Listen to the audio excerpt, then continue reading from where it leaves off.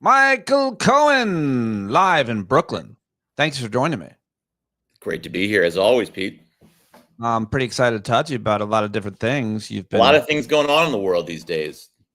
I mean, so many things that are happening that it's hard to decide what to cover and talk about and what's important and what's consequential in our lives and what is a distraction, I suppose, or doesn't deserve that much attention. But then at the same time, anything that starts sometimes as a distraction feels like it could be a full-blown scandal. So I don't know what to think, Michael. Well, but what is a scandal these days? I mean, there have been so many scandals since Trump took office that in any other situation would have doomed a presidency and now are just forgotten about days later. How do you see corruption? That is a word that gets tossed around a lot in politics throughout history. Here and everywhere there has ever been government officials, I suppose.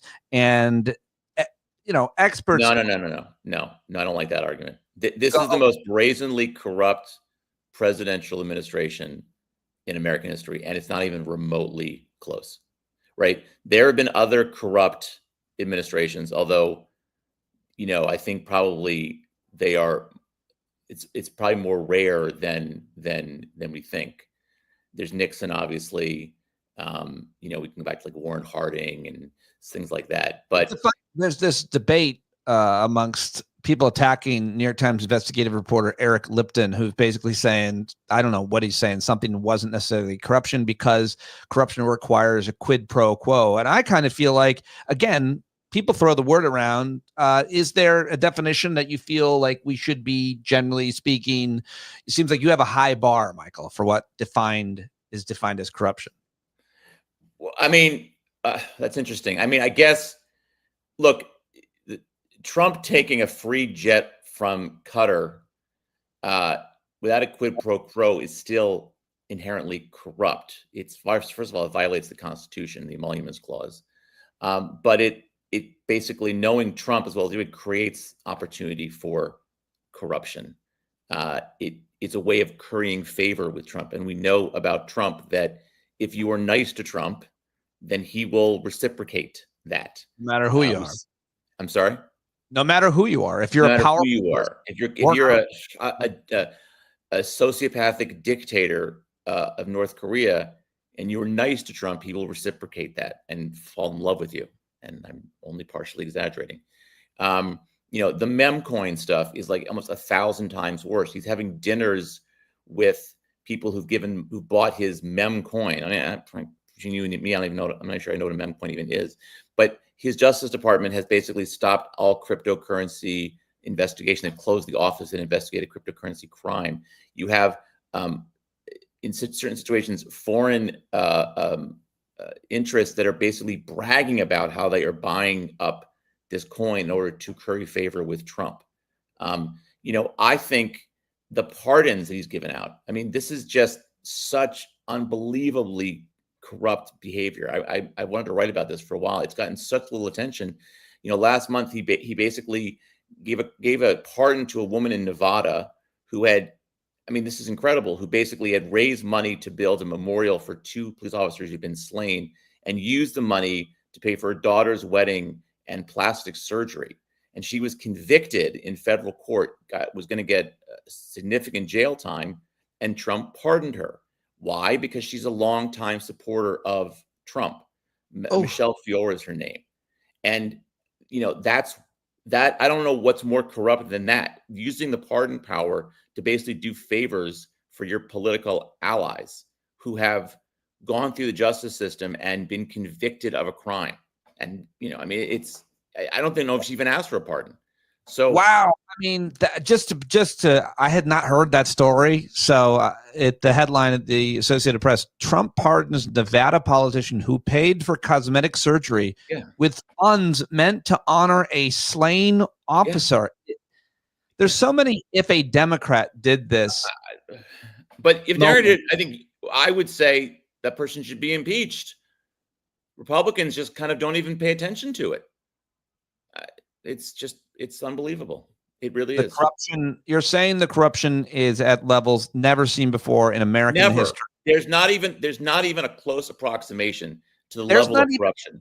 There's probably not even a councilman as guilty.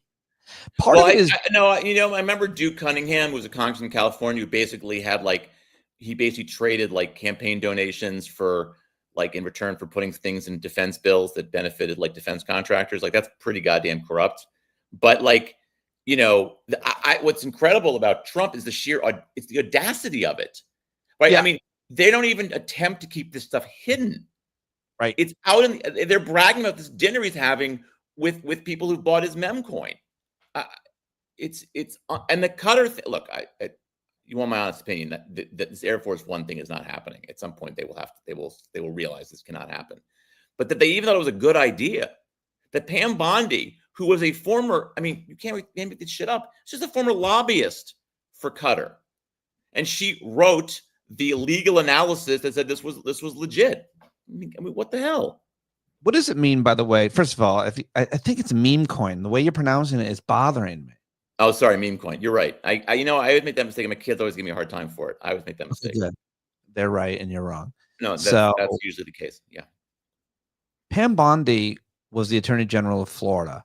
She was. And what does it mean for her and plenty of others, and it's totally legal, to be a lobbyist for another country? You know about that, don't you? What does that mean? You can do that if you register. I know you can do it, but what is the why do they hire someone to do such a thing, and what does that look like? They have access and they go and they talk to policymakers about things that would be favorable or unfavorable to that country's interests? Well, wouldn't you, if you're a Qatar and you want to get on Donald Trump's good side, why wouldn't you pick a lawyer in Pam Bondi who represented him in his impeachment trial, which she did, and is a close ally of Trump?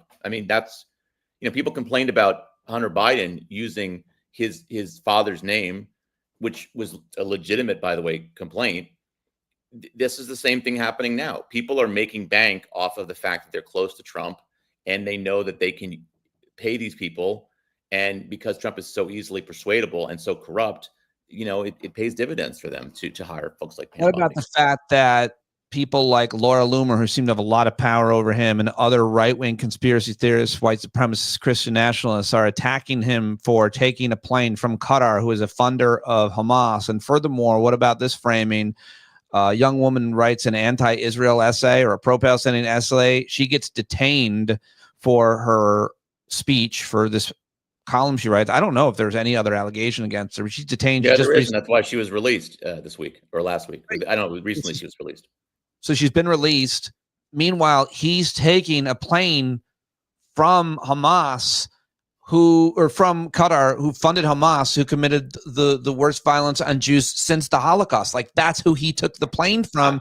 And what do you think of that? And it's disgusting. But look, this is in some respects one of the most anti-Semitic presidents in recent American history. Oh, is that right? I think so. And you can certainly say that. That anti-Semitic hate crimes certainly increased in Trump's first term, sort of exponentially, and gone up even further since October 7th. And yet here he is, taking money away from colleges because they're supposed not doing enough to stamp out anti-Semitism. As a Jew, I find I'm just tired of being a political what's it called? A beanbag for both sides to use against the other. That's basically what he's doing on claiming to care about anti-Semitism. He doesn't give a shit about anti-Semitism at all. He just wants to go after Harvard and Columbia and other places. And among a certain segment of his base that plays, not among Jews, really. Jews didn't. One thing I think is sort of interesting about the 2024 elections, Jews voted for Harris at the same rate they voted for Biden. And by the way, one thing I sort of find hilarious is listening to Israelis complain that Trump is selling them out, which he almost certainly is right now. And I listened to them before the election say, "Oh, Trump's to be good for Israel," and I was like, "No, you guys are making a huge thing." How is he? I don't know how he's selling Israel out right now in terms of negotiating. Talking to Iran about a nuclear deal, which is something that Israel. That's the big transgression. That no. There's much more than that. He made a deal with the Houthis to stop the war there, but didn't get a similar pledge from them to stop firing rockets into Israel. Which, if Joe Biden had done that, he would have been impeached probably. He had his own, his guy Witkoff basically make a deal to release the last American hostage in Gaza, which, by the way, I actually support. I think that was the right thing to do. But again, the kind of stuff that would have caused Republicans to freak out at Joe Biden, and certainly I think a lot of Israelis convinced themselves that Trump would be a strong supporter of Israel, and he hasn't. He's skipping visiting Israel on this trip. I'm not even saying he's wrong in some things he's doing. I'm just saying that that the Israelis who convinced themselves that he was going to be good for them have found themselves to be sorely mistaken. On the one thing that you mentioned there, I don't know what you mean by Witkoff made a deal for the Americans who's in the IDF, right? And what was wrong with that? Eden Alexander, or Idon, I'm not sure how to pronounce his name. I think it's Eden. Yeah. What was wrong with him making that deal? You were critical. You said if Joe Biden did it, because did they give something up, or what was the controversy there? Well, I think Hamas did it as like a goodwill gesture to the U.S. and basically it was the U.S. intervention by Witkoff that got him freed. And I mean, I think you can say that one of the criticisms people made of Biden was that he deferred too much to Netanyahu, and Trump hasn't done that, and that's one of the reasons why this young man was freed this week, thankfully. So in that sense, I think he's been much tougher on Israel than Joe Biden was, for sure. So it's interesting because it's less about the Palestinians and Gaza and where Trump comes down and what Israel can or can't.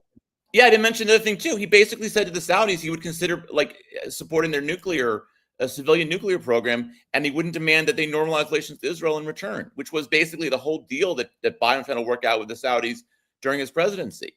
I mean, he's basically willing to give the Saudis a civilian nuclear program and get nothing in return as far as normalization with Israel, which is I think a bad negotiation, frankly, but also, completely dismissive of the Israelis. I mean, part of the problem is I think that Trump doesn't like Netanyahu. And by the way, one more thing I didn't mention also is that one of the reasons that Mike Waltz got pushed out as an security advisor was that he was apparently working behind the scenes with Netanyahu on military plans to attack Iran, which Netanyahu wants Trump to support, and Trump isn't supporting, which I think, by the way, is the right move.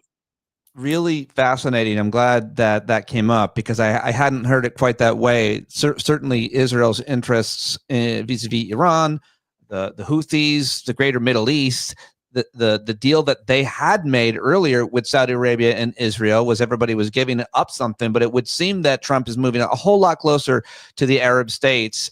They have a whole lot more money and favors they seem to want to do. I don't know, maybe the Israelis could give them a golf course. I mean, honest to God. And the other thing you mentioned, and I do think there's some truth to that, Trump does not like Netanyahu, and we can talk about why. Nobody likes Netanyahu. No American leader likes Netanyahu. They all hate him. Right. But he didn't like Trudeau either. And I tried to say something thoughtful and articulate on yesterday's show when I mentioned that. I want to get your take because you're far better and understand these issues a lot more. The idea that you would not like another world leader and therefore not do something in America's best interest. Like the history of America is made up of negotiations and deals and agreements made by people who fucking hated each other personally. Well, but okay, I think on the Trudeau thing, he didn't like Trudeau because every time he talked about wanting to take over Canada, Trudeau got upset about it, which was completely normal. And so I don't know that he didn't like Trudeau as much as he just didn't appreciate that he didn't agree with him. He said, I didn't like him very much. I think and that's why. Because Trudeau was like, we're not going to make Canada part of the United States. And I'm sure at some point. Okay, all right, go ahead. He didn't like the Danish prime minister for the same reason. I mean, people forget this, but in 2019, he canceled a summit with the Danish prime minister because she refused to engage in a conversation with him about selling Greenland. I mean, he takes that personally, right? So with Bibi, I think it's actually, oddly enough, more policy driven than personal. I think he resented the fact that Bibi was working with Mike Waltz and others in the administration to try to, coax the U.S. into helping them attack Iran's nuclear program.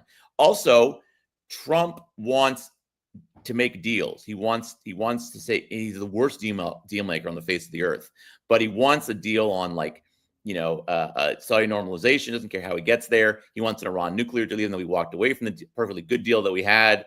He wants some new deal. He wants a deal on Russia, Ukraine. He doesn't care how he gets the deal, right? I mean, Like, he wants a deal to end the war in Russia and Ukraine so we can win the Nobel Peace Prize. He doesn't give a shit about the actual deal looks like. He just wants the deal. He wants to say, I made a deal. It could be literally him getting nothing in return, but he doesn't care. He can say, I made a deal.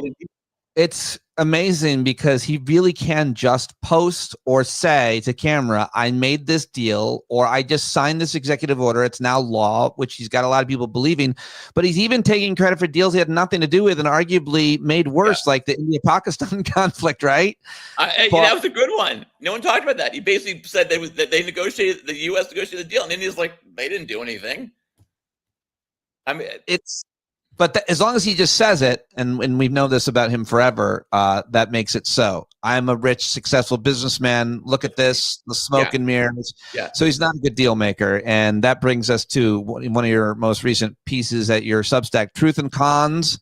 truthandcons.substack.com. Are you subscribed, folks? Michael's take is always original, thoughtful, and I almost said original twice, but that's how I felt. But you wrote about this latest deal that was not a deal. What's the metaphor to explain when you break something or mess something up and you clean it a little bit, but not all the way? Here's the analogy I should have used earlier. Trump set fire to the U.S. economy, okay?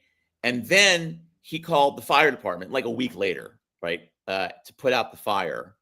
And there's lots of damage and there's lots of like reconstruction that has to be done. But Trump is going to say, I put out the fire, which, of course, he said. So on the China thing, I mean, he's the worst negotiator I've ever seen, right? He puts these tariffs on China, and then, unilaterally, China basically calls his bluff and says, we're going to put tariffs on you. Nothing happens for like a month, right? Or maybe less. I don't know how long it was. They go to negotiations, and they give this great deal they reach, in which they basically agree to reduce the tariffs that they set a month ago. What did Trump get in return for that? Nothing. Absolutely nothing. Zilch. Nada. Okay. And what's the outcome? You're going to see shortages in the near term because all these products didn't come over from China, that weren't shipped from China in the past month.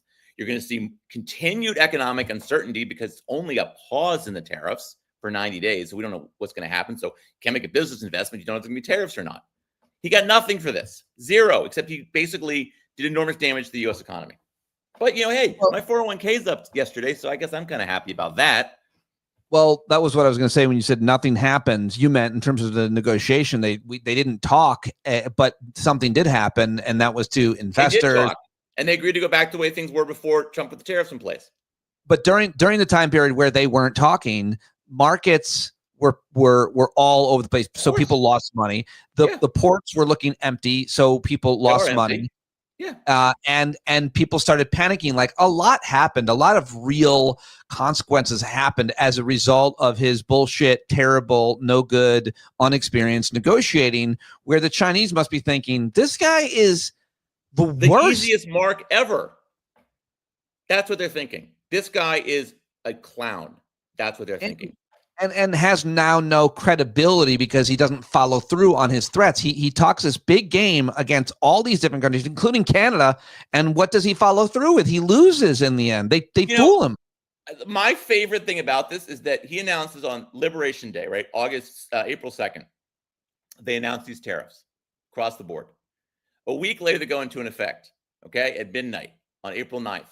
It took like 11 or 12 hours for Trump to back down and to announce a 90-day pause unilaterally with no concessions by anybody. Why? Because the bond markets were freaking out. Now, if Trump didn't have his head lodged firmly up his own ass, he would have understood that putting in place these tariffs was going to cause markets to freak out, which of course is exactly what happened. And so when the bond markets went really freaked out and the dollar began to get weak and no one wanted to buy U.S. treasuries, Trump was like, oh, I guess we got to back down from this.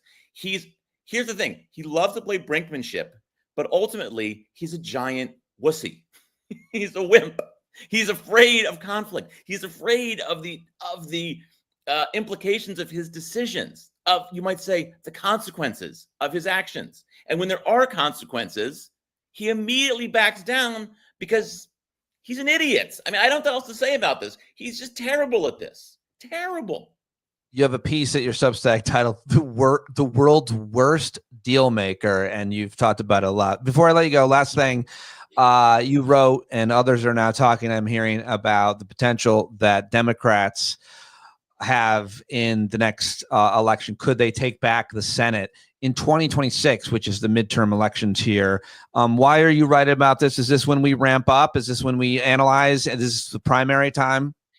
You know, one of my readers asked this question, could the Democrats take back the Senate? And when I started working on the piece in March, and at that point I was like, not a chance in hell. And, you know, now my take on this is probably not a chance in hell, but the chances have increased. And I just think what's interesting about this is that look, this is a year and a half away. A lot can happen in a year and a half. But one thing you're seeing already is that the recruitment effort of Republicans is faltering. So in New Hampshire, Chris Sununu was a very popular governor. I think he's won 4 terms, decides not to run for Senate. In Georgia, Brian Kemp, popular 2-term governor, decides not to challenge John Ossoff.